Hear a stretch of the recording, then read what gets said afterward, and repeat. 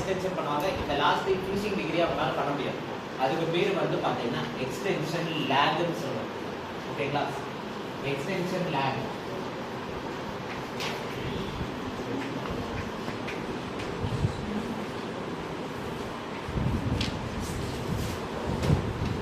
இதே தான் வந்து பார்த்தீங்கன்னா நீ ஜாயிண்ட்டுக்கும் இதே தான். நீ ஜாயிண்ட்ல ஃபிக்ஸ்டு ஃப்ளெக்ஷன் டிஃபார்மிட்டி படிச்சிருக்கீங்களா? எஃப்எஃப்டி. ஸோ எஃப்எஃப்டி எப்போ ஆகும்?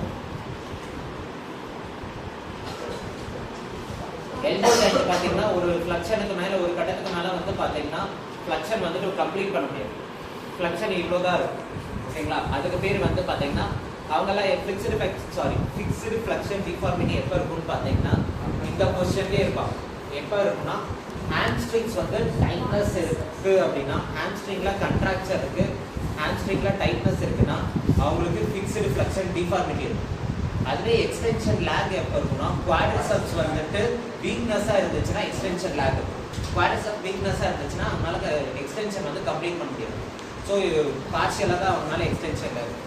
ஸோ அதே தான் வந்து பார்த்தீங்கன்னா எல்போ ஜாயிண்ட்.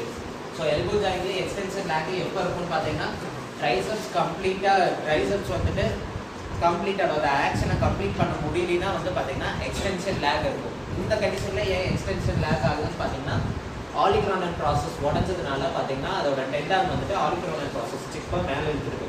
ஸோ ஆட்டோமேட்டிக்காக இந்த இடத்துல இன்செஷன் இல்லைன்னா ட்ரைசெப்ஸ் எப்படி எல்போ ஃபுல்லாக வந்துட்டு புல் பண்ணும் டவுனோட. ஸோ அதனால தான் வந்து பார்த்தீங்கன்னா இங்கே வந்துட்டு எக்ஸ்டென்ஷன் லேக் வரும். Okay.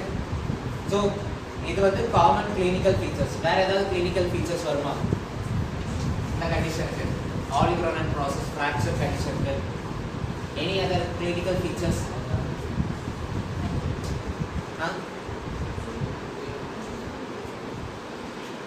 Any other? Just think பண்ணி சொல்லுங்க.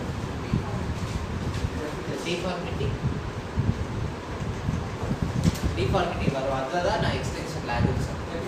அந்த எக்ஸ்டென்ஷன் லேக் தான் வந்துட்டு பார்த்தீங்கன்னா காம்ப்ளிகேஷன் தான். நான் காம்ப்ளிகேஷன் வரும்போது அந்த எக்ஸ்டென்ஷன் லேக் சொல்றேன். அதை இங்கே எக்ஸ்பிளைன் பண்ணேன். இப்போ வேற ஏதாவது இருக்கா?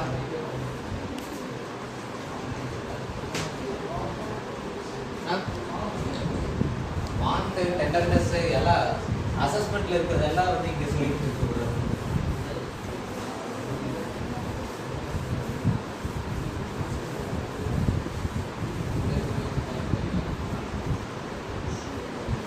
So next one is complication.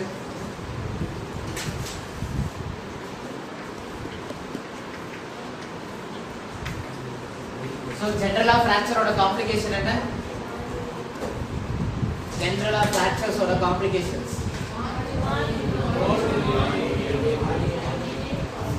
So malunion enna?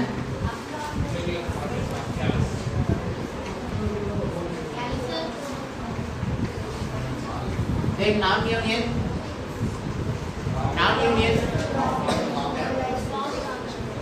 So இந்த கண்டிஷன்ல non-union எப்படி ஆகும் அப்படின்னு பார்த்தீங்கன்னா ட்ரைசெப்ஸோட டெண்டான் வந்து பார்த்தீங்கன்னா ஆலிக்ரோனல் ப்ராசஸை உடைச்சி எடுத்துட்டு போயிடுச்சு. அவல்ஷன் டைப் ஆஃப் ஃப்ராக்சர் ஆயிடுச்சு அப்படின்னா ஸோ நீங்கள் கன்சர்வேட்டிவாக மேனேஜ் பண்ணும்போது வந்து பார்த்தீங்கன்னா சப்போஸ் டிஸ்பிளேஸ் ஆயிடுச்சுன்னா கன்சர்வேட்டிவ் மேனேஜ்மெண்ட் இந்த கண்டிஷனில் ரொம்ப கஷ்டம்.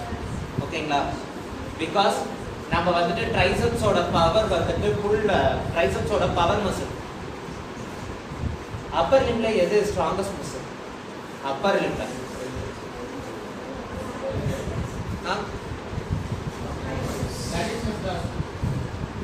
இல்ல பைசெப்ஸா? ட்ரைசெப்ஸா? சரி, லோவர் லிம்ல ஸ்ட்ராங்கஸ்ட் மசில் எது? கரெக்டா?